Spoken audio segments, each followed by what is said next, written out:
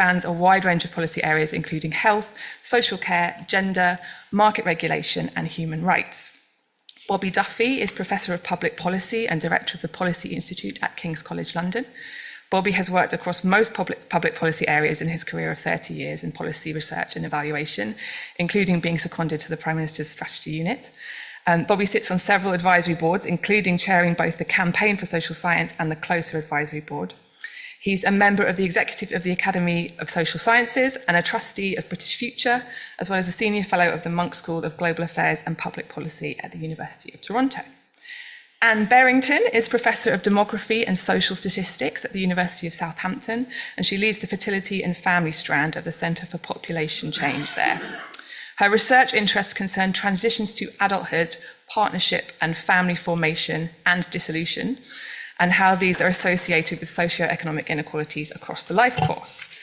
Molly Broom joined the Resolution Foundation as an economist in 2022. Her work at the foundation focuses on intergenerational fairness and wealth inequality. Before joining the foundation, Molly worked as an economic consultant where she provided research, analysis and advice on local economic development and innovation policy.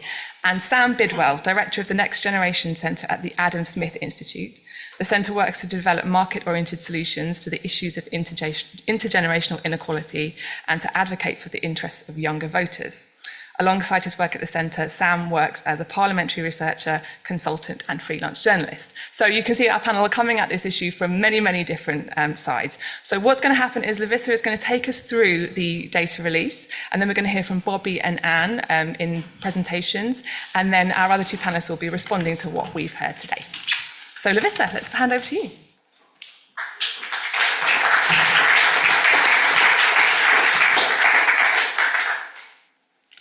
Thank you, Laura. There we are. So today, the National Centre for Social Research begins our releases of research and insights leading up to the general elections. We'll put focus on what unites and divides all of us, what recent turbulent events have done to affect our views and beliefs today, and what this new generation of voters thinks and believes. That last question is where we will start. With the launch of Society Watch 2024, we have asked a few experts from around the centre to provide their perspectives on the areas that they specialise in. And we'll be talking about Generation Z, so I figured it's good to introduce us to generations and the generational makeup of our electorate.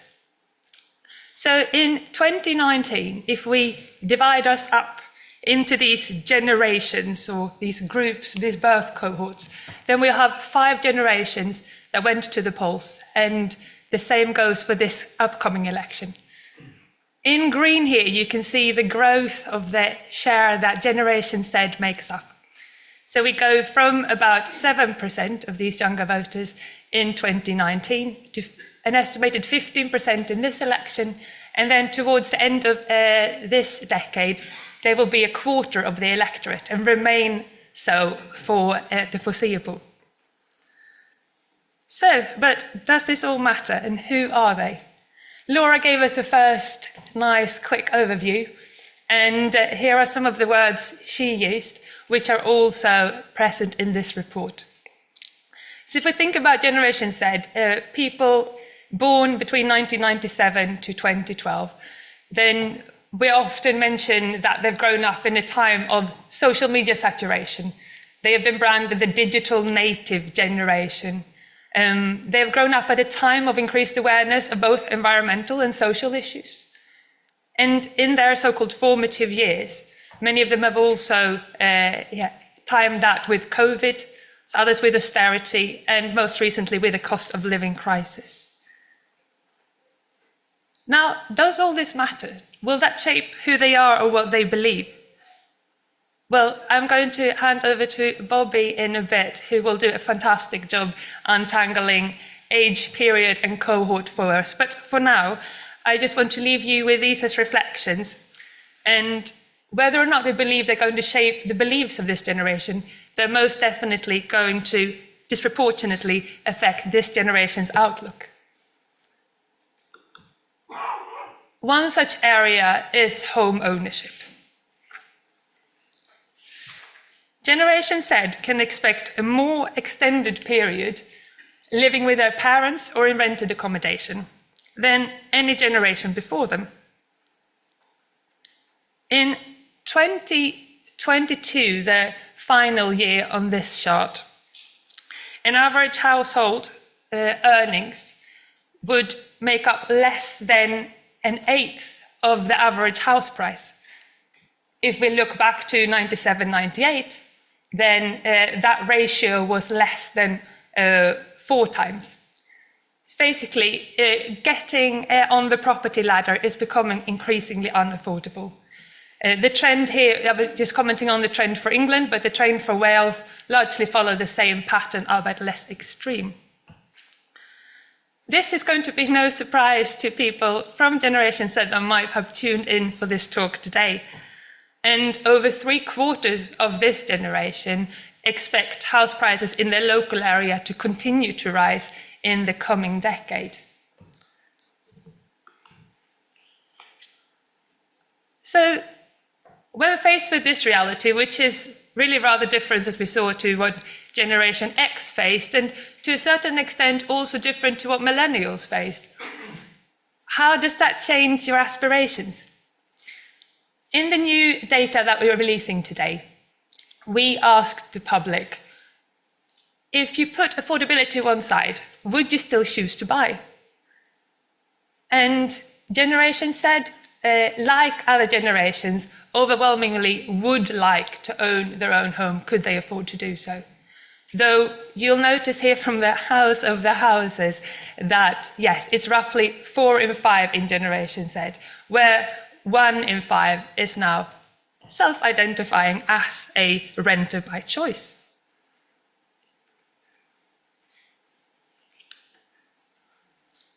And what does this mean in terms of your political preferences then?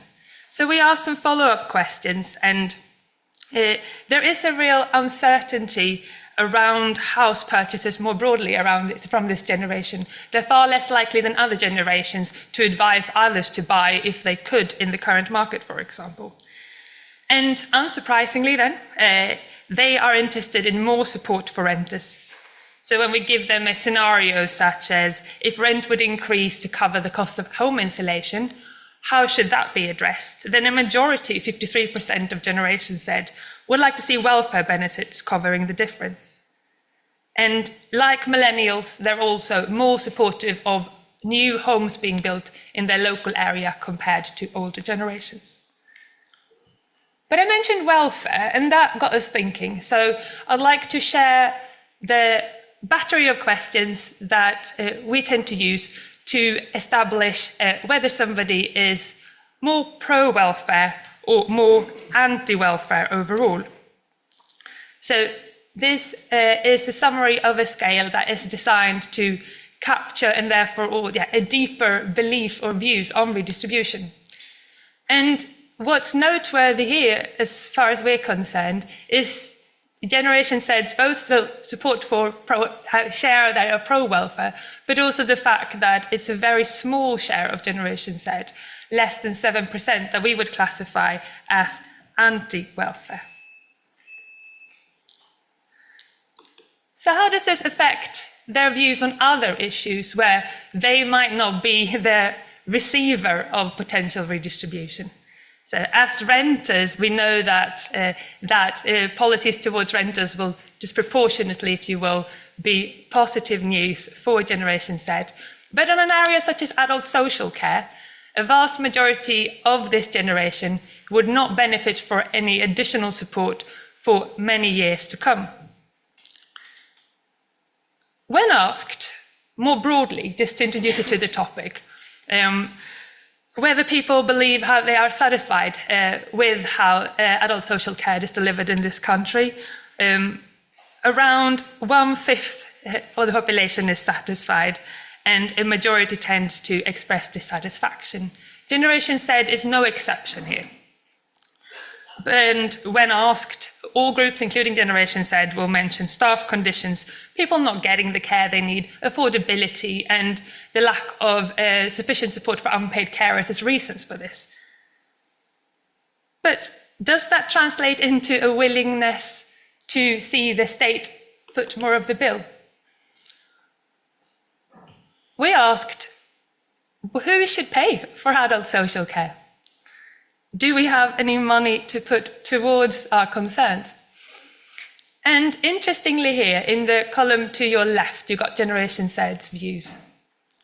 They are the only generation where a majority currently supports the government paying the whole of the adult social care bill, whilst other generations tend to favour a combination of the individual and government paying, and very few across the board believes this should be a responsibility completely just to the individual.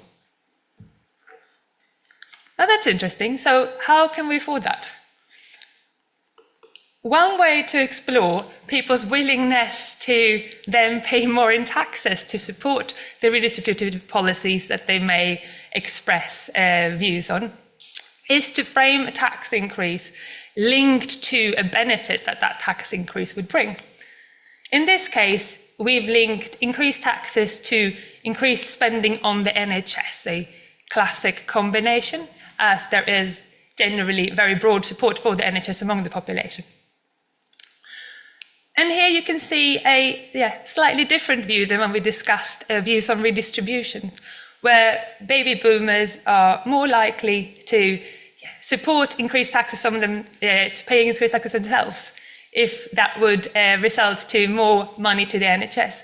Whereas Gen Z follows the patterns of millennials, at least on these questions, and are less willing to pick up a higher tax burden. Instead, our assessments of their views and beliefs more broadly would indicate that they would favour redistributive policies that are relying on more progressive taxation. Okay, so that was a lot about money, but what about other aspects of politics? To start exploring this and to give you a glimpse into what we have found, we asked experts at the centre to share some views on law and order with regards to Generation Z.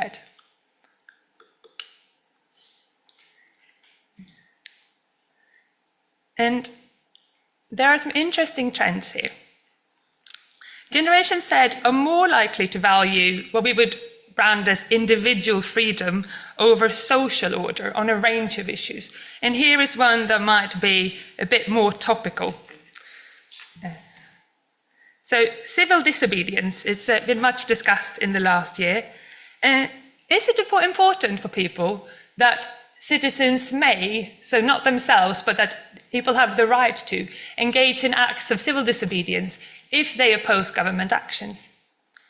Here we do see differences between generations, where Generation Z are more likely to believe this is important compared to older generations. There is no big difference between them and millennials, but if we look at Generation X, boomers, and the silent generation, the gap widens. And this same pattern is also visible in other questions. So for example, if we ask about whether always obeying the law is important for being a good citizen, then yes, with such a positive statement, about 3 in 5 people in Generation Z will agree, but that rises to 4 in 5 people for all other generations, 4 or 5 or more. In fact, this pattern of valuing what we would brand individual liberties over social order, at least on average, is a pattern that we see across the board. Here's another one of these batteries of questions that we use to try to tease out people's underlying views or values on a specific issue, the so-called libertarian authoritarian scale. And on 5 out of these 6 questions, Generation Z do stand out. So for example, should a law be obeyed even if you found that that particular law is wrong? Yeah, in that case, the agreement from Generation Z is just 16% compared to 32% for adults overall. Do young people not have enough respect for traditional British values? Well, yeah, about 1 in 3 people in Generation Z will agree, but that's every other person overall. You got the same pattern on censorship of films, schools, whether they should teach children to obey authority, and whether people who break the law should be given stiffer sentences. So there is something going on here. The final question, for some crimes, death penalty is the most appropriate sentence. There's something slightly different going on there, and that goes for across very other ways of dividing up the population as well, not just age. So I'll leave that for now. But what we can tell you is that we have a clear pattern of a generation that at the moment value their individual liberties to a greater extent than social order overall when compared in contrast with other generations. So let's stop there. And just a final reflection on that. If you, when you heard this, you might have thought, well, yeah, okay, they're young and radical, or they'll understand when they're older. That's highly reasonable, and it's also something that many of us probably have gotten used to thinking, because we're used to seeing these views, and with one bar showing what older people think and feel, and one where younger people think and feel, and we're used, especially in recent years, to see that gap widening. But when it comes to views on social issues, the trend over time per generation is actually rather stable. So in fact, Generation Z is now more socially liberal than their parents or grandparents ever were. And our data modeling will indicate that it may well remain that way. On that note, I'll hand back to you, Laura. Thank you.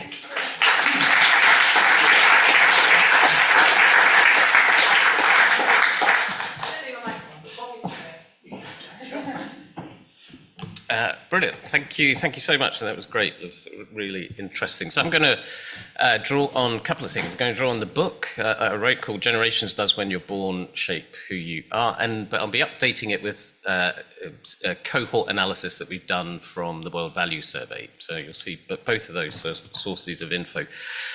And I think if I was summing up the book in one sentence, it's that generational thinking is an incredibly powerful idea that's been horribly corrupted by terrible myths, stereotypes, and cliches. Because when you look back at the academic thinking on generations and how important generations are to society, understanding generations is to understand society. It brings in some of the biggest thinkers that we have in philosophy and sociology, people like a French philosopher, Auguste Comte, who actually thought that the generational change was the key determinant of societal change, changes between generations. He said things like this: we should not hide the fact that our social progress rests essentially upon death, which I realise not a cheery thought for a Tuesday morning, but what he meant was we get stuck in our ways once we get past a certain age.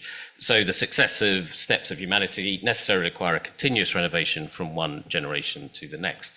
So these are really big ideas of life, death, societal change. So it is, for me, as someone who's looked at generational analysis for a couple of decades now, it is a real shame that today the type of analysis that we get on generations typically in commentary is things like this.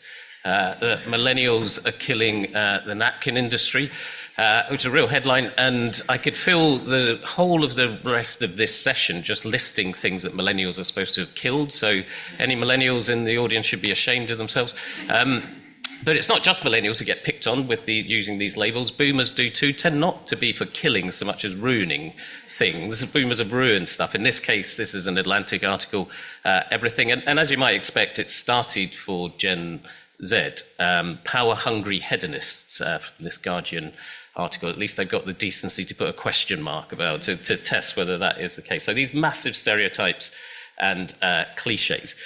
And like I say, I think that is a real shame, because not just because it confuses us now, but we can only understand the future if we understand generations. If there really is something different between generations, that chart that Lavisa showed about the changing profile of the population, that means if there's something truly different, as the older generations die out, get replaced by younger generations, then we need to know that to understand what the future looks like. And how we do that is by separating age, period, and cohort effects. So age is where you don't get completely stuck in your ways at a certain age. You do change as you leave home, get a job, get married, have kids, retire, all of those types of things do have an effect on you. You do have period effects as well, where something happens, we're all affected to some degree or another. So big things like pandemics or economic crisis affects everyone, but also the slower changing norms of fashion and culture. And then you have cohort effects, which is where a generation is different because of the circumstances they were brought up in those really important formative years, and they take some of that difference with them. So that is the most important framework, and I use that a lot in the book. We use that a lot in our analysis. You can do fancy stats analysis on it, but you don't need to understand it, and I'll show you a couple of charts on that. It's a really important framework. If you can understand what type of change you're seeing, you can understand the future much better. So I've only really got time for like 3 quick points, and I'm just going to pick out a few things that really stood out to us. And this is kind of quite a specific point, but I think a really important one that we really want to get people to recognise, that there is a real problem with Gen Z's confidence in the police in the UK. And this is a new thing, picking up on Lovisa's law and order type focus. So this is confidence in the police over time from World Value Survey, percentages who say they have confidence over time, goes all the way back to 1981, so it's a great kind of long-term trend. And you can see first a couple of things. First is a long-term decline in everyone's confidence in the police. It was up at nearly 9 and 10. Now it's down to more like 67% when you look at the overall total. But that down there is Gen Z's confidence in the police. And that is worrying in a number of ways. First one is that that's not normal across trust in other institutions. The courts is very low as well, so it's criminal justice as a whole. But you don't see a massive step down for Gen Z's confidence in the government or lots of other institutions. The press a little bit, but not really. We've got hardly any trust in the press in the UK anyway, so it's kind of hard to go much lower for any of the generations. It's unusual in the sense of Gen Z in the UK don't have that view of other institutions, so there's a problem with the police. It's also unusual internationally, and I'm just going to show you lots of different countries, which is one of the great benefits of WVS, World Value Survey, to be able to show. So that's Britain, you see the little orange dot down there. It's not that pattern anywhere else, really. This is US, Canada, Northern Ireland. What they've got is a much longer term generational problem with confidence in the police in those types of countries, where each generation steps down. That's the oldest generation at the top. So pre-war, baby boomer, Gen X, millennials, and then Gen Z. So they've got a problem, but a different problem. We may have an emerging problem that ends up looking like this, unfortunately, starting with Gen Z. Now you go through lots of other countries that have got similar sorts of patterns to lesser degree than you see in the US and Canada, so France, Spain, Italy, New Zealand, and you can see some of those are actually increasing overall in terms of their confidence in the police. And then you've got other countries, Netherlands, Sweden, Germany, have no generational pattern at all. So we're the only one that we could find that has got this sudden break with Gen Z. So that's a massive issue, and we can maybe talk about that more in discussion.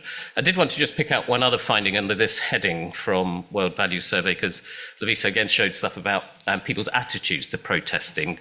This is about people's behaviour or willingness to take that behaviour, and I'd never looked at this on WVS. It was a good prompt to look at it on this, but this is the pattern of the percentage who have attended or might attend lawful, peaceful demonstrations over time. Again, really interesting pattern. You can see pre-war generation never into that. Don't support that, but all the other generations were much closer together over time. But now we're starting to see, there's Gen Z up there, we're starting to see this fanning out at the end here, which kind of is in line with what Lovisa was saying, is that we are starting to see a generational divide emerge on this. It's not massive, it's new, we need to keep an eye on that, but it does feel like we've got different views emerging within the generations on peaceful protests. And I can imagine that that will only grow given the profile of some of the protests that we've seen more recently. Second point I wanted to make is just a very general one, that there is no convincing intergenerational contract without sorting out our housing crisis, our broken housing market. And I'm not going to say lots about this because we're very lucky to have Molly here from Resolution Foundation who've been brilliant in explaining and highlighting some of these trends. But I think it is worth reminding ourselves of just the extraordinary change in home ownership levels we've seen by generation.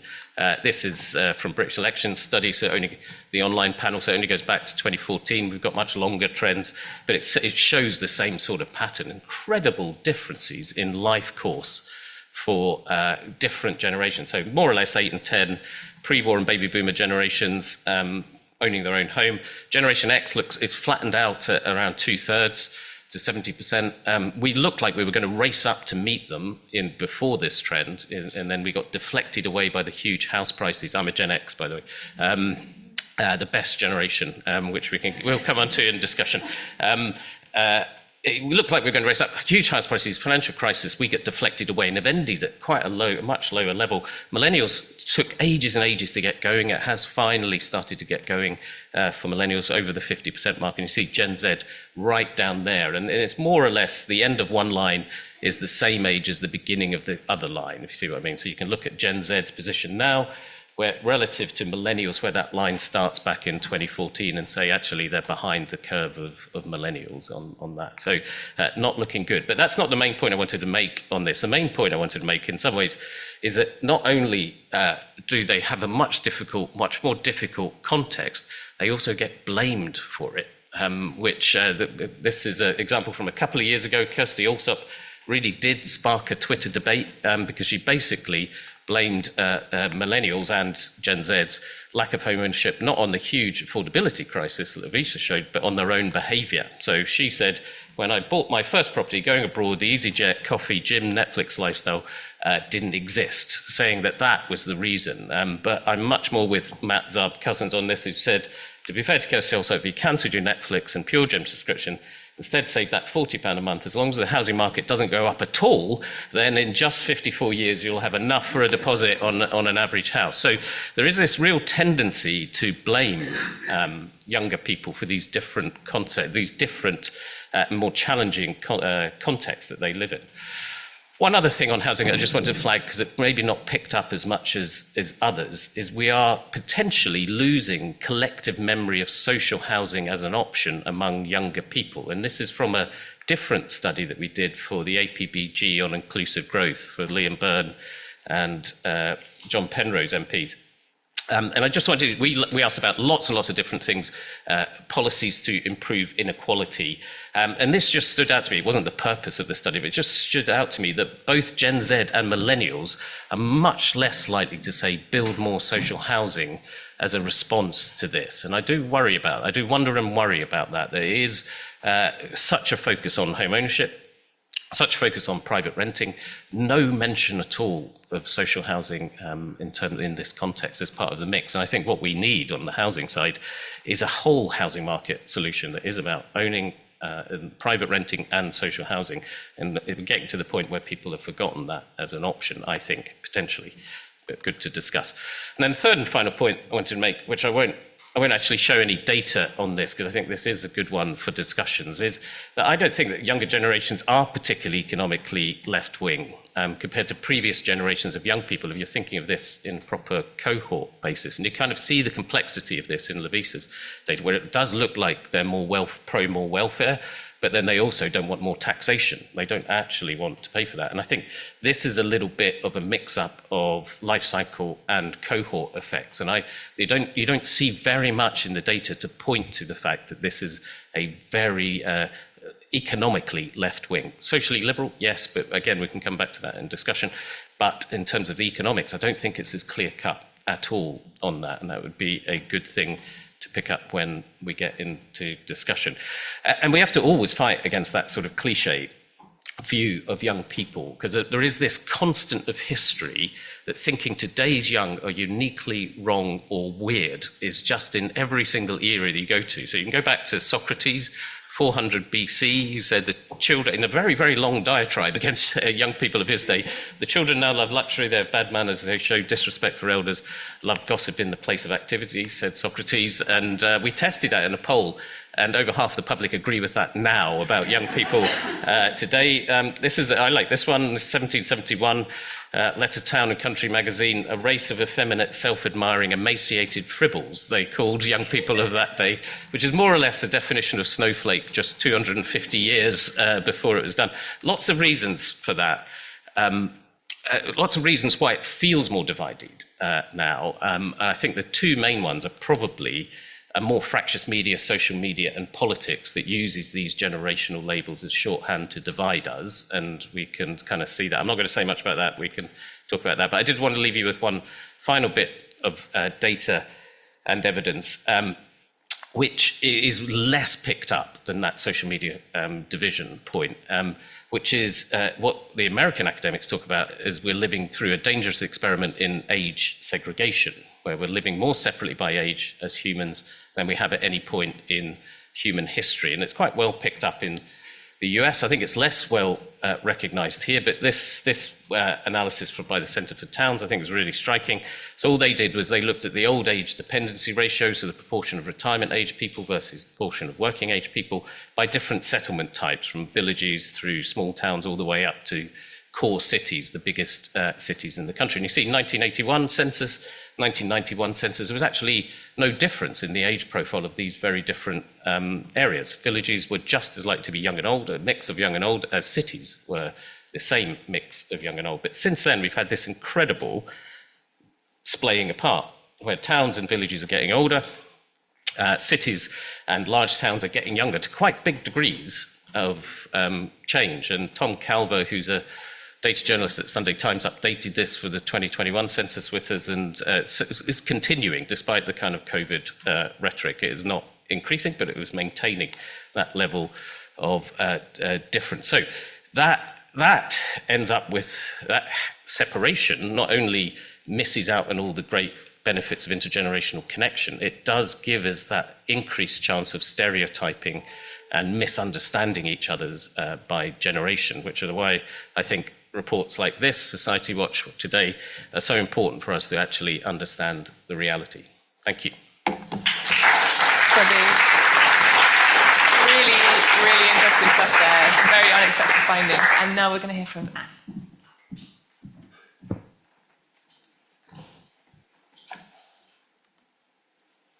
Thank you, Bobby, and thank you for inviting me to share some new findings relating to intergenerational support coming out of the Centre for Population Change at the University of Southampton. So demographers are interested in how changes in life expectancy, changes in levels of childbearing and family structures affect patterns of intergenerational support. And the literature often focuses on intergenerational conflict, but when we look within families, we find greater evidence for intergenerational solidarity. So today I'm going to focus on some new evidence from the UK Generations and Gender Survey, which collected information from nearly 8,000 adults aged 18 to 59 in the winter of 2022-23.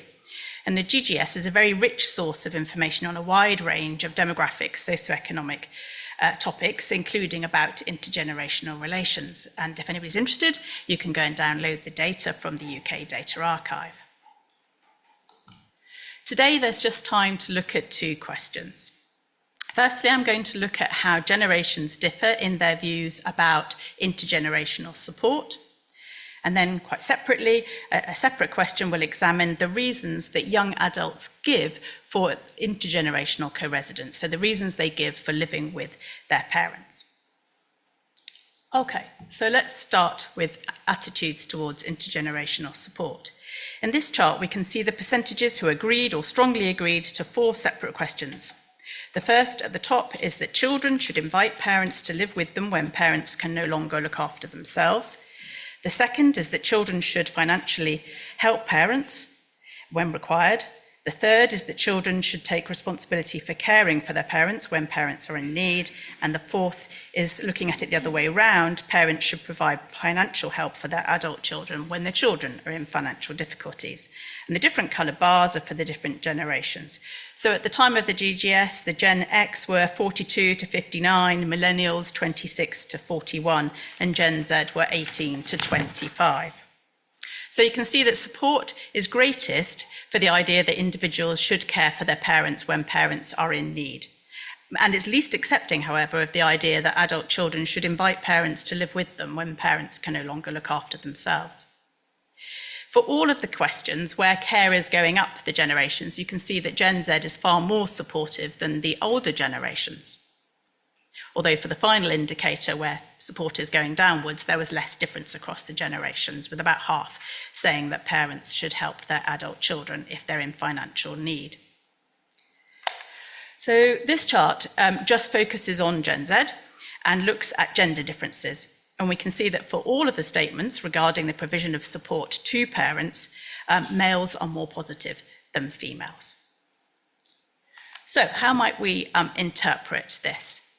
The pattern whereby younger cohorts are more supportive of family-based care is common in the literature and can be found in studies from the US to Taiwan. It's likely due to both age and cohort effects. So, for example, for an age effect, those in their 40s and 50s may currently already be providing care for parents and have a greater lived experience of the costs of providing care. Moreover, Gen X are closer to the age at which they themselves might start to require care and might not want to burden young adults with this supporting role. On the other hand, Gen Z, currently aged 18 to 25, are more likely to be benefiting from parental assistance. But at the same time, there could be a cohort effect. So we know because of increasing life expectancy, Gen Z have spent more years with their parents and grandparents, and some of the literature argues that this could increase their affinity for parents and grandparents. Previous research has tended to find that women are less likely to voice support for family care across generations. And the literature suggests that this is due to gender roles and the fact that women are more familiar with the realities of care provision. We also should note that gender differences in attitudes do not necessarily translate into gender differences in who actually provides the care. Okay, so second question. The context of this question is the increase in the proportions of men and women living with a parent in the UK, particularly amongst those aged in their early 20s. The graph shows that the age at which half of young people were living away from the parental home increased by about 1.5 years for men and 2 years for women since the early 2000s. A variety of structural factors have affected young adults' ability to leave home and their chances of returning home, including increased economic insecurity, cuts to welfare benefits, particularly for younger people, recent problems due to inflation and the cost of living crisis, and as we've already heard today, the very severe housing affordability crisis and lack of social housing. At the same time, there's also evidence that the normative acceptance of intergenerational co-residence might have increased, particularly for those aged in their early 20s. And for example, the COVID pandemic and the introduction of online and remote learning arguably could have normalized intergenerational co-residence. Another factor which we don't have much evidence about is how the mental health crisis among young adults might feed through to a longer time spent dependent upon parents. So in this context, the Generations and Gender Survey asked those currently living with a parent their main reason for so doing. And in this table, you can see the answers for those aged 18 to 34. So economic reasons dominate. About a quarter of the sample say that they could not afford to live away, whilst another quarter said that they were saving money so that they could afford future housing costs. Another quarter, however, say that they are happy to be living with their parents or not ready to leave. So it's not always structural forces keeping people at home. And indeed, 1 in 10 respond that they're living with their parents because it's convenient for study or for work.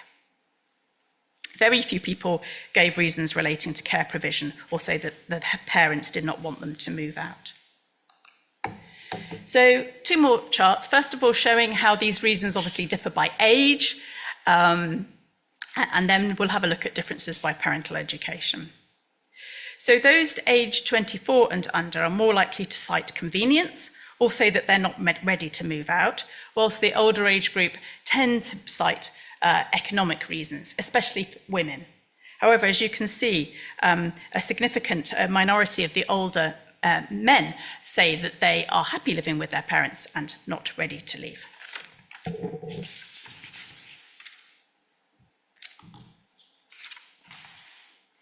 If we compare the reasons according to parental educational background, we can see that those from more advantaged backgrounds, i.e. if one or more of their parents is a graduate, are more likely to cite convenience, whereas those from less advantaged backgrounds are more likely to say that they're happy to live with their parent or not ready to leave. And it's interesting that the economic reasons were cited by both groups. So, what do we think these data are telling us? Well, I think we can see that the parental home serves a variety of functions. It can act as a savings bank, especially for those who are employed, or as a place of refuge, especially for those who just simply cannot afford to live away from home, so particularly those who are unemployed and inactive. The parental home can act as a launch pad. It allows young adults to concentrate on getting further qualifications or taking up low-paid or unpaid internships whilst being supported both financially and practically by a parent. We've seen a significant proportion saying that it's their preferred situation, that they're either happy or to live with their parents or they're not ready to leave. Now, this makes sense for the youngest age group, but more work is required to understand why this is also more common amongst older and particularly less socioeconomically advantaged men. And also, we need further work as to how mental health is feeding into the delay in independence from the parental home. What is clear is that prolonged intergenerational residence is just one symptom of a more general delay or foregoing of transitions to adulthood, including settling down and having children. And I just thought, thinking that we're thinking about intergenerational contract, declining fertility rates as currently observed, with Gen Z leading this very steep decline in fertility rates, will only act to increase population aging, which in turn will make the burden of caring for older generations more acute. So in terms of the implications for policy, I would argue that we need holistic policies which don't just tinker with one or two items, but we need these policies which are going to simultaneously address economic precarity, housing affordability, and poor mental health. So thank you very much. And thank you so much. So those are our main presentations for today. It's a lot to talk about. We're going to move into the panel discussion now. I'm going to hand over to you guys for some questions in a little while. So if you're watching online, please do keep putting your questions in. There'll be someone in the room to ask those questions on your behalf. But I do want to just begin with some short responses from Molly and Sam. They're all going to, both are going to give us 5 minutes or so just to tell us about what you thought about what you've heard. Great. Well, thank you for inviting me here today to share some reflections, and thank you for a really fascinating report. I think the findings really resonate with a lot of the research that we do at the Resolution Foundation, which where we look at the economic outcomes for young people living in Britain over time. So I thought I'd just use the next 5 minutes or so to draw upon some of that research to summarise the current economic situation that young people find themselves in today and the potential implications that has for this year's upcoming election. So each year we publish an intergenerational audit which shows that across many indicators young people are failing to meet the life milestones at the same age as their parents. And as your report rightly highlights, home ownership is one of those key milestones in which we've seen long-term decline. We find that the share of families in their 20s who own their own homes fell by around a quarter in the late 1980s to around 12% today. And as discussed in the report and in the presentation earlier, the main reason for this decline in home ownership is that houses have simply become less affordable than they once were, as we've seen decades of house price growth outstrip earnings growth. And the consequence of this deterioration in affordability means that it's just much, much harder for young people to save for a deposit. our analysis shows that the estimated time it would take for a typical young family to save a deposit stands at around 14 years today. And for comparison, that figure was estimated to be around 8 years in the mid-1990s. So I think given the time that it takes for most families to save for a deposit, it's unsurprising the amount of people that are now reliant on help from family and friends to get on the housing ladder. And as your report highlights, a third of first-time buyers are reporting using help from family and friends to access home ownership. So that's the situation on home ownership. But what about those people that are locked out of home ownership? So the majority of those are left either living with parents or living in the private rented sector. And I wasn't going to say very much on living with parents because we just had a fantastic presentation from Anne. But I think I would just like to say a few things on the private rented sector, because I think the situation has got pretty bad for quite a large proportion of people that find themselves in that form of tenure. So our analysis shows that private renting has long been the least affordable form of tenure, with the typical private renter spending over a third of their income on meeting their housing costs, and the equivalent figure for someone with a mortgage stands at around 10%. And we also know that there's lots of issues around the security of contracts in the private rented sector and the quality of homes in the private rented sector. So it's not the case that young people or people in the private rented sector are paying more money for good quality homes. Unfortunately, that's not the case. So affordability, security, and quality all have really important implications for living standards. And unfortunately, the private rented sector does pretty poorly on all three of these. And I think that's probably one of the reasons why your report finds that the majority of Gen Zs would prefer to own their own home if they were given the opportunity. So yeah, that's the situation on home ownership, and it rightly gets a lot of attention, but it's not the only area where young people have been given a pretty rough deal. So if we look at the labour market, employment rates are much higher for today's young people than they were for past generations of the same age. And millennials and Gen Zs are set to be the most highly educated generations on record. But unfortunately, this hasn't translated into intergenerational pay progress. So despite doing everything right in terms of going to university, getting qualifications and getting a job, a young person today is earning no more than those were 10 to 15 years ago when they were of the same age. And the reason for that is that young people have entered the world of work during this prolonged period of wage stagnation, which means that almost 9 million young people in Britain have never worked in an economy that has seen sustaining rising average wages. And I think these poor economic outcomes on wages, the labour market, and housing have led to a huge amount of economic insecurity among young people today.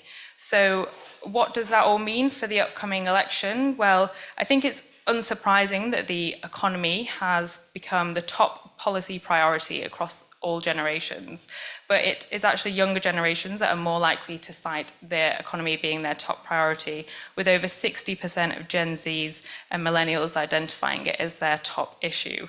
And I think this may reflect the poor economic situation that I've just highlighted, but also the fact that younger generations were hit particularly hard during the cost of living crisis because of their economic insecurity and their lack of financial resilience to absorb those higher costs that we've experienced in recent years.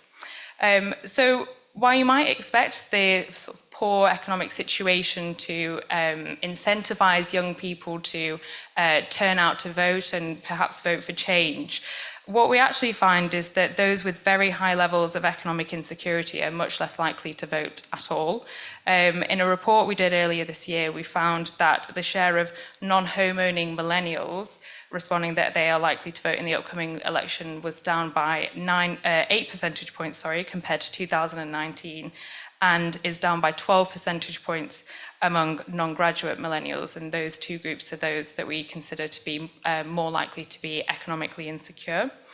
And research has shown that voting patterns become embedded, so whether we vote in our first election has knock-on consequences for whether we vote in future elections throughout our lives.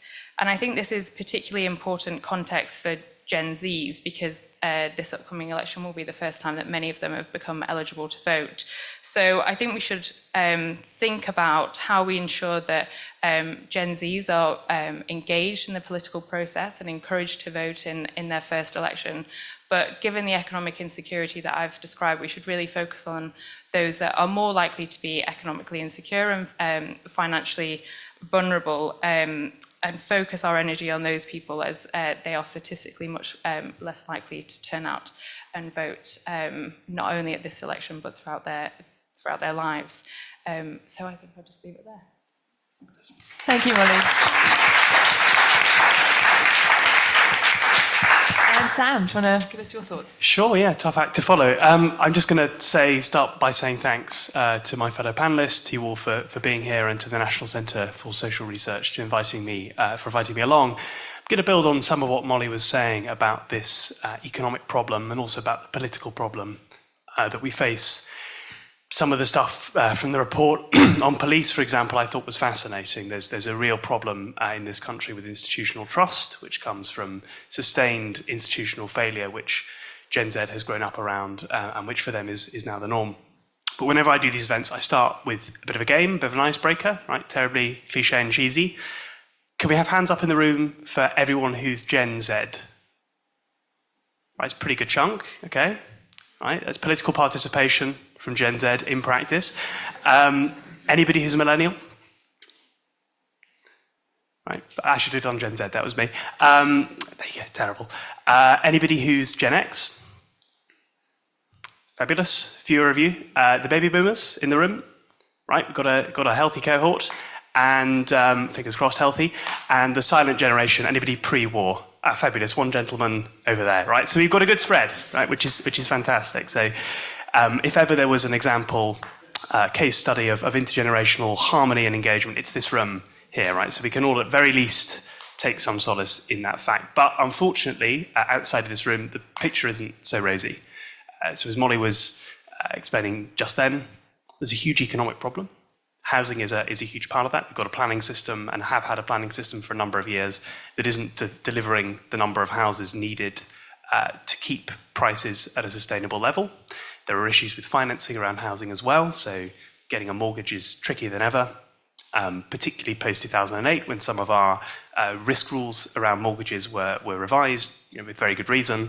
It's now harder than ever to get together that first deposit, put that down and start paying your mortgage.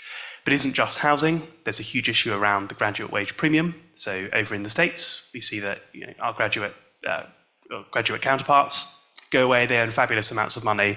The graduate wage premium in America has only grown since 2008, particularly in recent years that's become more and more pronounced. In this country, the graduate wage premium has shrunk pretty drastically. And then there's also a big problem around provision of key public services. So I think my comms director is watching, so I'll keep my comments ecumenical, but there is a big problem that we have now in Britain around the payment of the state pension. Our current state pension system is getting more expensive every year. We've got an ageing population. When the system was introduced, it was reliant upon working age people paying today to cover the costs of older people as they grew old and retired. And when the state pension was introduced, the average person claimed state pension for 2 years. Right? That was it. Today, it's more like 15, 16, 17. So we're living in a very different world. And we're living in a world where not only is the older population bigger, living longer, thank goodness, but also living in a world where the number of working age people able to pay tax is getting smaller. People are having fewer kids. There are fewer people entering the workforce every year. You've got this big ticking time bomb, which is something that gets more expensive every year with fewer people to pay for it. And we don't have the economic growth required to deliver the high wages that which would make paying for it easier. Right, so just to give you a number, since the triple lock was introduced in 2011-12 by the coalition government, the cost of the state pension has increased by £78 billion. Right, it's every year. It's a hell of a lot of money. That's, I think, 6 or 7 Channel tunnels. For those of you who remember the Channel Tunnel being built, it's a pretty big project. It's not even half an HS2, but there we go. There's that big economic problem, but there's also a huge political problem. So we saw some findings there about protest. Right? why on earth are young people out in the streets? Why is it that they think it's more permissible to take direct action against government? Well, it's because democracy hasn't delivered, as far as they can see, the kind of outcomes they'd like. It's not just in a selfish way, but they see that our democratic processes are slower than ever, less effective than ever. There's more churn at the top, there's less political leadership. All of these things, from the perspective of a young person, you look at democracy and you think, well, that isn't working terribly well. Certainly not electoral democracy, certainly not the politicians that we send to Westminster every 4 or 5 years. But it isn't just politicians. So I thought the most striking findings there were on the police. I gave a speech a couple of years ago at the Cambridge Union about police, and it was actually a speech in defence. And I said, look, Britain is a country which is rightly proud of its police force, which is a claim I might now be a little more reticent to make in public. There's this famous kind of stereotype of the Bobby on the beat, very Midsummer Murdered, cycling through the village with his sort of truncheon and a hat on. And we're very lucky to live in one of less than 30 countries in the world where regular police officers are not generally armed. We're the only country with a population of more than 10 million that has such a situation, which is fabulous because it means that your average police officer doesn't have the power to shoot you dead.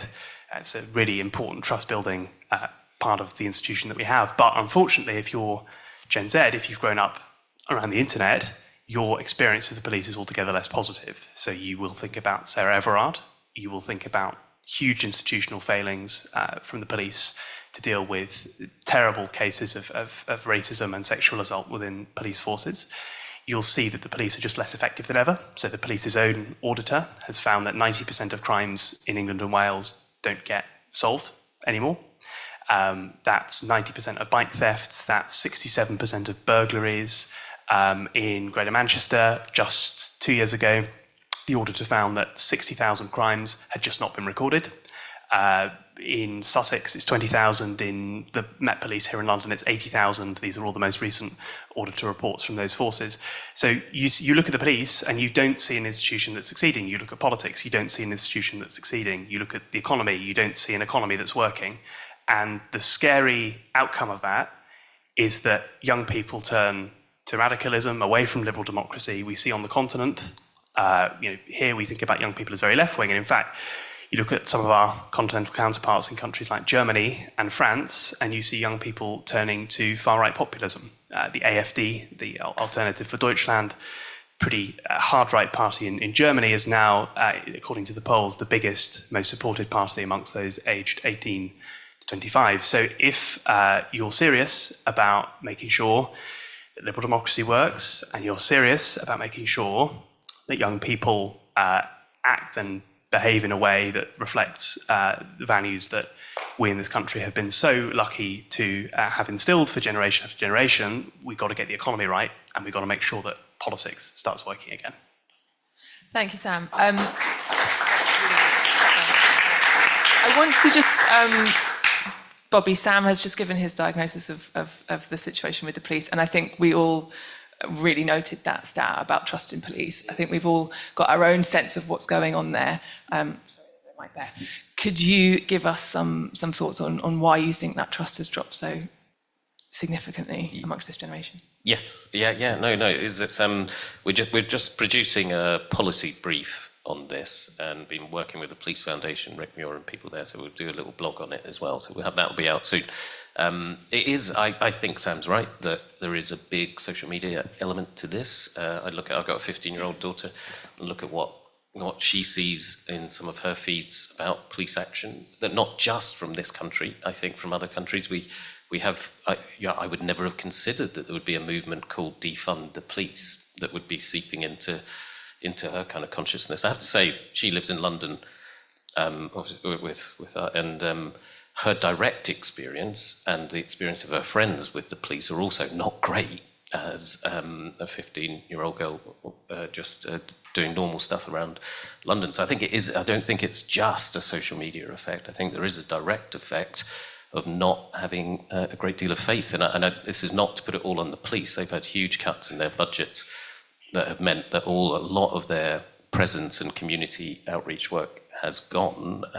So they have they've had a lot of that kind of stripped away. So I think there's at least those three explanations of social media, the kind of direct experience, but then the underlying pressure on the public service that has been stripped back for all of that. And it is a real problem. Louise Casey is a visiting professor at ours, and she obviously did the review of the Met, and you can see throughout that it's what Louise was really worried about was that declining confidence because we police by consent, and that losing that sense of it does undermine so much of what works about policing in this country. And I have to say it does extend to the courts as well, which is not unrelated, I'm sure, to Sam's point about the declining rates of crimes being solved and actual action being taken. So I think it's multifold, where social media is a really key element of it because it's so concentrated among that Gen Z. But we really don't want to end up in a pattern that you see in the US with that steep generation on generation decline in trust and confidence in the police. Absolutely. I think housing is a theme that crosses all of your presentations today. And I think if I were putting together an election manifesto right now, I would think, where on earth do I begin? Renting is impossible. Ownership is impossible. Where would you begin if you were if you were hoping to get into government? Where would you start in trying to support Gen Z in either renting or ownership? Should you focus on one or the other? Is there something that they want to hear from policymakers? And is that different from what they need or can hear from policymakers? Maybe begin with you, Larissa. You're all right. Oh, that's a meaty question. It's a meaty problem.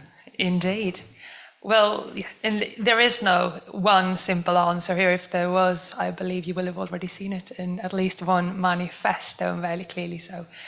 But in the short run, given that Generation Z are quite disillusioned with house price affordability and with whether it's even wise to buy if you could, then I would suggest that policies that are targeting renters and making the rental market work for people in this moment will be a key such issue, because we know that support for renters will be salient with Generation Z.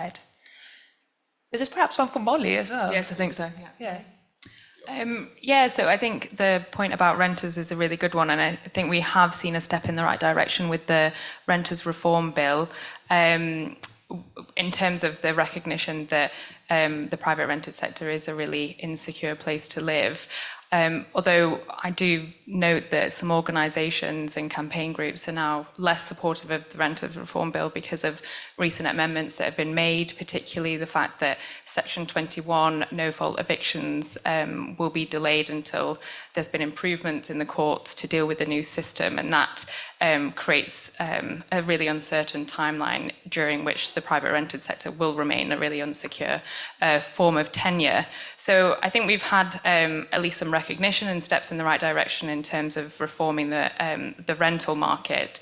But I think we need to focus on sort of other larger long-term policies, so particularly increasing supply of houses in areas where demand is greatest, so in and around our core cities, and that really, really needs to include social housing, but also potentially a bit more niche. We also need to maybe look at our tax system as well, and how we can use our tax system to perhaps ensure that we have a more efficient allocation of housing. So council tax, our main property tax, is really a need of urgent reform.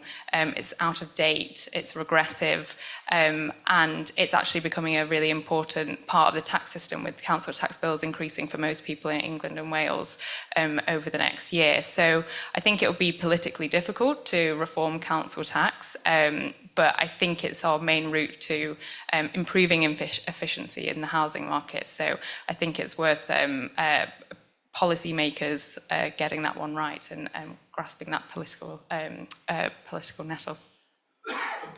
Yeah, just very briefly, and then so I think the key point to this is to have a coherent systemic housing plan, and that's a lot of this is discussed as individual tenures rather than, and it is crazy to me that there isn't a political party that's coming out and say that's going to connect all of this into a coherent plan that looks at ownership, private renting and social housing together. Because I think the country is ready. I think people are ready for that type of thing. And you're seeing some movements towards it with increasing focus on new towns, lots out today about new town plans that Labour are developing, and lots of other more radical thoughts about new cities plans that could...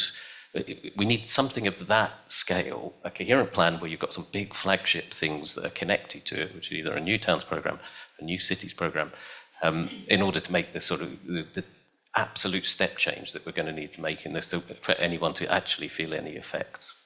Bobby, Molly's talked about social housing then. You're finding on growing opposition, maybe that's a bit strong to put it in those terms, but changing feelings about social housing. I found that very, very surprising. What's going on there?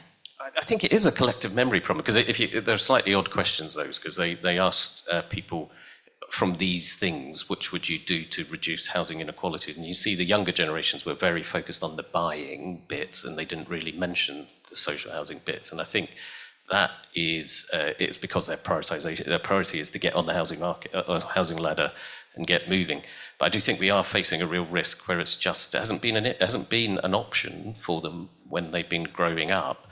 And people do lose collective memory of this as an option. So I think this election is a key one, I would say, for actually putting social housing back on the agenda for those generations. Because one of the things that I think about this overall is young people are not angry enough about what has happened to them, because they're at the end of a long trail of individualisation, where more and more things have been stripped away from their support, and the general culture is more individualising. So it's not just on this, but social housing is an example of a collective response that is not in their direct experience, and we have a risk of that being just lost. Yeah, I've seen that Shelter has been doing adverts about pride in social housing, so famous people who have come from social housing.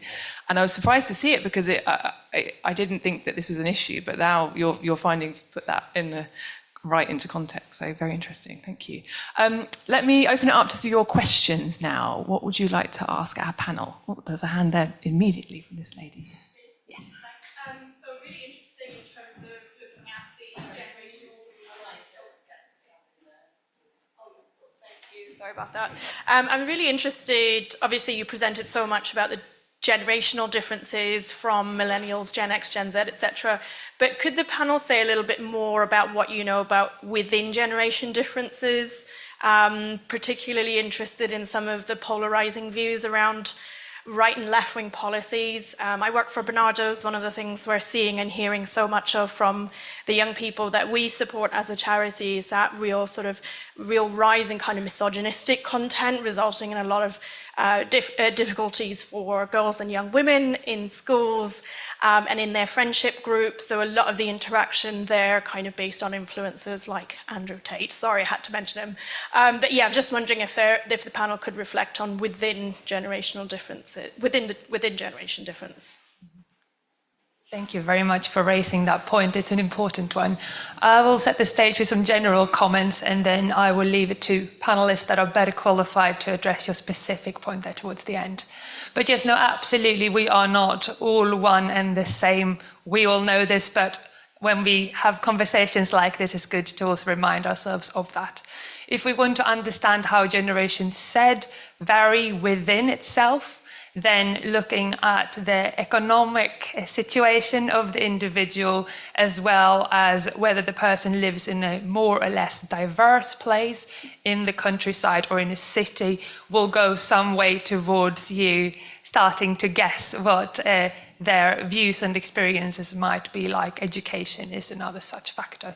And we will be releasing more research along these lines in the run-up to the general election to help nuance the story that today has been very just focused on groups. But I'd also like to point out that the differences between groups matter, because when Generation Z do begin increasingly to gain the right to vote, then if there is things that for one reason or another sets them apart, then just a 2 or 3 percentage point difference in views can be what tips the scale in terms of their natural averages. But there were some really interesting and important aspects of the questions raised there as well. So I'll be happy to hand over to Anne. Oh, sorry. I can hop in and then pass over. I'll take on the political question.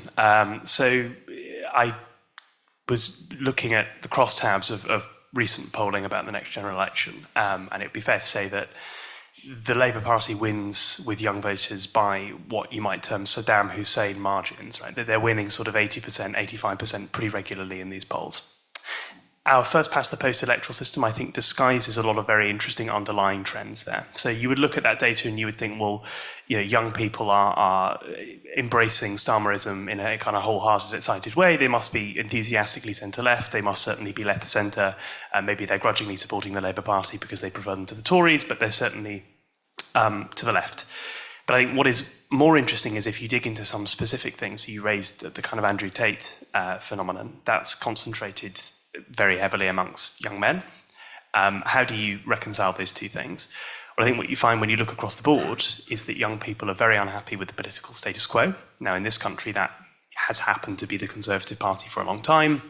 First past the post-electoral system it does to some extent moderate the rise of parties on the radical right, whereas as you look at Europe, you look at our European counterparts, you see radicalism on both the left and on the right. So in France, for example, young people are very likely to support the far-right Rassemblement National of Marine Le Pen, but also pretty enthusiastic about their support for Jean-Luc Mélenchon of the left. So in countries with slightly more proportional or multi-party political systems, we see that there's a bit of radicalism on both sides. We also see that here when we ask young people from different ethnic or religious communities their views on certain social issues. We see that there's a pretty wide divergence around issues like women's rights and LGBT rights. This is, again, a fairly interesting and worrying trend. The one thing that unites young people, though, is a declining faith in democracy. So there was a poll pretty recently published, I think, by Onward, the think tank, which found that 39% of people 18 to 25 would be open to a military dictatorship that stepped around parliamentary democracy if it meant getting things done, right? It's a pretty high number, 40%. Right? It's David Cameron won a majority on about that in 2015. So whatever way you look, what we're seeing is that young people are desperately searching for radical political solutions because what they perceive to be moderate centrist politics has not succeeded in delivering the kind of society that they want to live in. It's really therefore incumbent on politicians who think of themselves as centre-left, centre-right, centrist to actually deliver, because otherwise they're going to find that when gender becomes a bigger proportion of voters, they're in for a nasty surprise. And is this something that comes up in your work as well?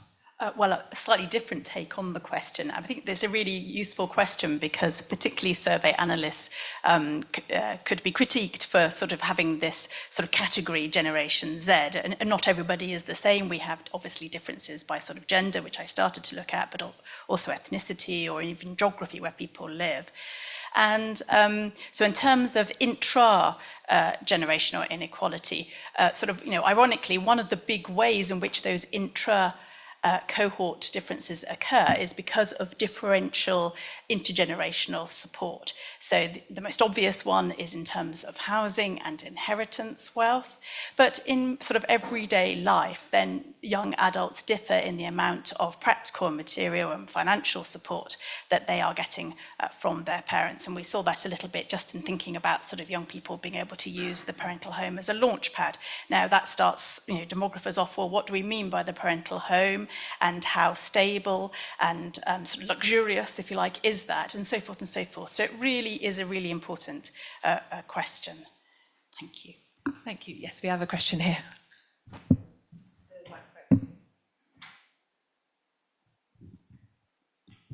Thank you very much. Ewan Grant, United Kingdom Defence Forum. I was particularly interested in the points about support in the younger generation for the ADF in Germany. There is a court case going to take place, criminal court case going to take place in Britain, in London at the end of this year, and that is going to be a real bombshell with very awkward questions for German authorities, huge ones. My question is particularly about the attitude to the police, which you rightly highlighted because it is so stark. What do you think are the reasons for those differences? Having worked in law enforcement, though not in the police, I do have a strong belief that there is a real management and leadership problem in the police, and that, put bluntly, far too many senior policemen are nowhere near the same intellectual levels as senior members of the armed forces. It's just embarrassing. Often it's embarrassingly so. Thank you. Thanks for that question. I think we've heard from Sam and we've heard from Bobby on this issue. Perhaps maybe Molly, would you like to give your perspective on the policing situation? Yeah, it's not an area that I really work in, and I think we've already heard the sort of reasons. I think, as we've mentioned, sort of social media and the way that people interact with the police is very different among younger cohorts. But yeah, it's not something I've really looked at, so I'd definitely leave it to the experts. Larissa, anything to add on that one? I think we've really got to the bottom of really what's going on with that as much as we know so far. I mean, the only thing I'd say is I would refer you to the Casey review, because that deals with that exact issue in a lot of detail, and I think it was a really hard-hitting but well constructed review, which does raise some of the issues that you're saying. So have a look at the Casey review. I think we've got a question from one of our online viewers. Is that right?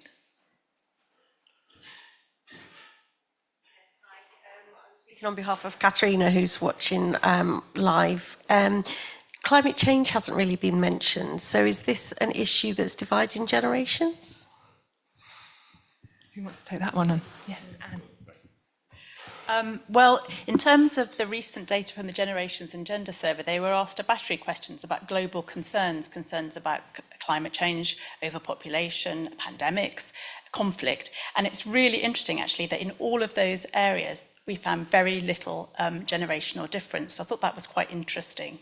And in you might also be interested in work that we've done, because there's a lot of discussion about how climate change might be responsible for young people's decisions not to have children. But in fact, we don't find that in these data. Older childless millennials, so people in their sort of late 30s who don't have children, are more likely to cite concerns about climate change. That's associated with not wanting to have children. But amongst young people, it doesn't seem to be concerns about climate change that's so much associated with decisions not to have children. It's more about economics, the economics reality, how wealthy you are, how well off you are compared to your parents, your income, your perceived future income. So yeah, that was really quite interesting. That is very unexpected, Anne. Yeah, no, I find the same in ours, as it's on the kind of long-term trends. Very, very little difference in terms of concern. There is differences in terms of commitment to action, where younger people are more likely to say they would give up some stuff to deal with climate change. But when you look at actual action, more or less, as Anne was saying, it's actually older generations that are more likely to boycott brands and products for social purpose reasons more generally. And that's a bit of a life cycle effect where you have more money and a bit more choice to do that, and maybe you get a bit grumpier as you get older, and you just are more likely to act on those types of things. So I think climate is one of the key things that I talk about in the book, because it is a really destructive generational myth, because what we're doing is we're sending a message that only young people care about climate change and older people don't. And we need people to come together on climate, not create these divisions. So when Time magazine made Greta Thunberg their Person of the Year in 2019, they called her a standard bearer in a generational battle between old and young. And that is a terrible framing for climate change, because it is not true, but it's also artificially divisive. So we need to be really push back hard against this thing that it's only young people that care about climate. Yeah, thank you, Katarina, online for picking us up on this, because this was also one of the examples that I put out on an early slide, and this is a very common misconception, so fantastic that we've been able to address it. But yes, not everything that happens around the time that you become of age only affect you and only shift the views of that generation, and it's a very important distinction to make. So this is why research, such as the research of panelists here with me today, that's also summarised in the report that's just been released, does cover off. We can't always assume that there is a link between current events and think that will then automatically make people that are currently coming of age diametrically opposed to older generations. On this issue, that is simply not the case. Lady here is waiting very patiently. I was born in 1950s, so I had all of my teenage years during the 60s. In 1967, there was flower power. In 1968, there were student riots supported by the workers in Paris in particular. We had student riots in London. We had my generation in America against the Vietnam War. And I think, well, can I just say, I got to the age of 60, in 2010, I started counting backwards. So I don't think I'm going to get to Generation Z or whatever, but I would like to say that I support young people. Personally, I would vote for young people to have the vote at 16, and I would personally give up a fraction of my vote. I believe that young people should have a greater say in what happens in the future according to the number of years ahead of them. If I'm lucky and I die at the same age as my parents, I get to have maybe 9 years if I'm lucky. So I should have less say than young people. But the one thing that I wanted to put to the panel was that I used to work for the National Centre for Social Research. I felt I had my finger on the pulse of the whole country. And I used to tell people that what they needed to do was vote for the National Centre's surveys, because they had far greater say than they do in any election. And I think that's still the case. And I'm actually thinking of standing against my local MP, and I'm actually just debating on changing my name by deed poll in order to do so. But sorry, can I just put the question? Yes. Something when I worked for the National Centre, I gave up because of mental illness, and that mental illness is down to child sexual abuse, lots of other major problems that are causing more mental health problems. And this seems to be something that you haven't looked at particularly. There is an increasing rise of mental health problems amongst young people, and this, a lot of it is down to the abuse of children. Absolutely. I think what you're raising is a very important question. It's abuse against children and women. It's also what's interesting. Sorry to interrupt you, but what I'm hearing from you is a huge amount of concern about the younger generation. I'm just wondering if maybe Anne, you could tell us about you seeing that level of concern and a desire for older generations to not give up their rights to support younger generations, but are older generations more commonly preoccupied with the issues that younger generations are facing now than they have been before? That's a good question. I'm not sure. I mean, Bobby may have some data on that. He's nodding, so I think I'll just be quite quickly. But also Molly. No. So I'm going to. So I'm going to. So I'm going to suggest that Molly tells us about the work that they've been doing on the mental health crisis, because that's really important. And then perhaps Bobby can talk to us about whether older cohorts are now more concerned about younger.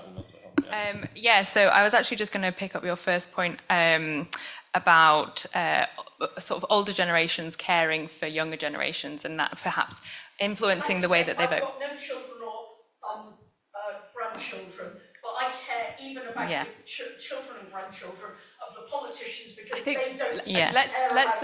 Let's see what Molly has to say on it. So we actually contributed to a bit of research last year that showed that there's a cohort of people, a cohort of over 40s that have financially struggling relatives, and those people that do have those relatives that are financially struggling are vote in different ways. So they're more likely to vote for parties that are have policies that are perhaps beneficial to younger generations, and more likely to sort of punish those parties that are or have a track record of not delivering favourable policies for young people. So what we found is that the quarter of over 40s that do have struggling relatives were 9 percentage points more likely to vote for Labour and 13 percentage points less likely to vote for Conservative compared to their peers. Just on the mental health point, my colleagues at the Resolution Foundation do a huge amount of work on young people's mental health, and what we've found is that it's having really severe impacts in terms of their economic opportunities. So young people are much more likely to be out of work because of mental health problems than people aged 40, which is a huge shift, and it's actually the opposite trend as we've seen sort of in recent decades. And I think that has huge consequences in terms of their ability to access employment, but also their economic scarring that has, and perhaps holding down their long-term earnings potential and therefore their long-term living standards. So I think it is a big concern, and it's something that we should definitely do more research on and get to the bottom of sort of why we're seeing this massive rise in mental health problems among younger people. Yeah, I mean, Amongst all people.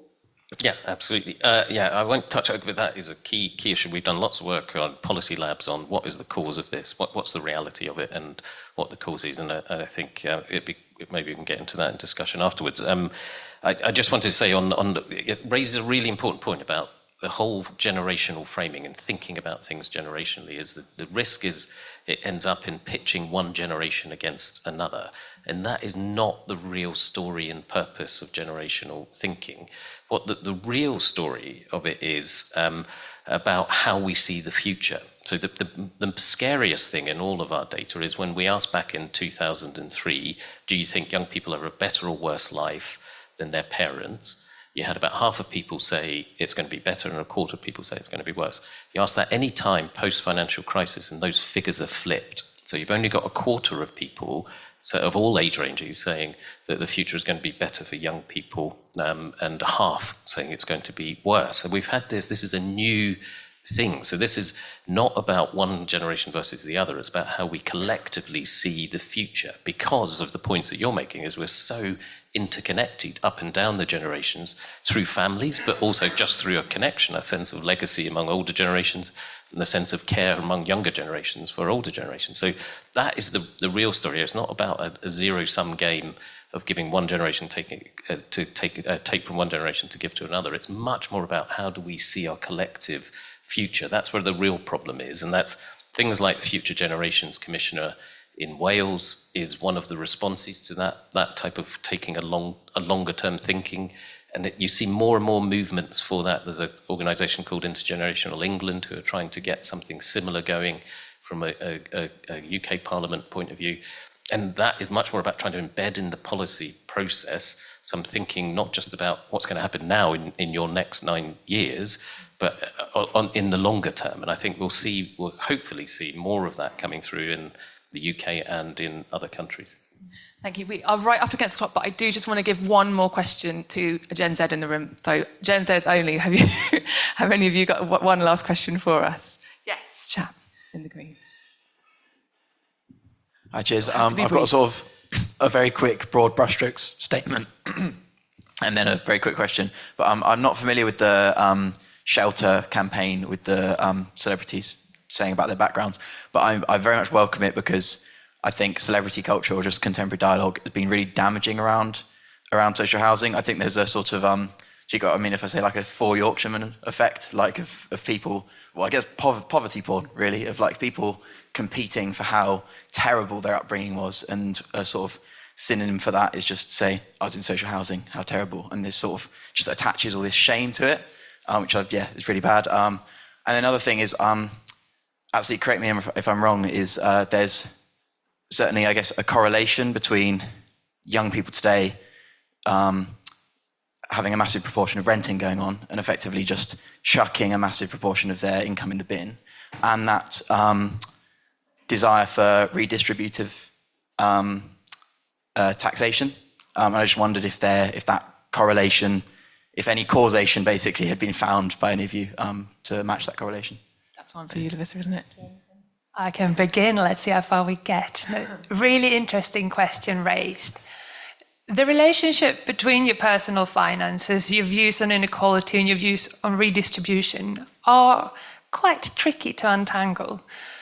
So in the last 5-6 years, we have witnessed a shift in attitudes to inequality where age is becoming a main divide, and we picked up on that in the British Social Attitudes released last autumn, in that younger people are perceiving inequality to be a bigger issue than older people. And if we look at historical data, if we conduct some of that age period cohort analysis that we've been discussing here today, we basically see flat lines for all generations and not much difference by generation up until 5-6 years ago, when all of a sudden views diverge based on age. So something interesting is definitely happening.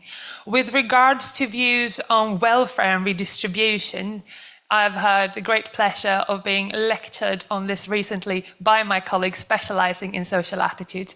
And the interlinkage here is complex in that you will both be influenced by your views on inequality as well as by your views on law and order, or the view on libertarian versus authoritarian, or at least that's what we believe, when you make up your mind on views on welfare and redistribution.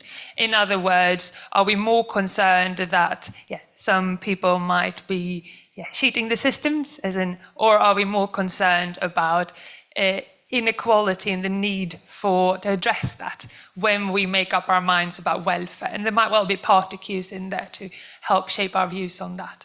So all this to say, the fact that young people are experiencing a completely different situation with regards to being able to establish home ownership and all that comes with it, or to find secure long-term rental solutions, that is likely one factor at play here. But how long-term it will be, when what the outlets will be more long-term, is still an open discussion. But we are seeing some really interesting differences with regards to age here that we don't see when looking back in time. So it's one worth to watch. I think that's a great place to end our discussion. Thank you to everyone that's joined online. Thank you for everyone who's come this morning to the Science Gallery. But most of all, thank you to our panel. Please join me in thanking them.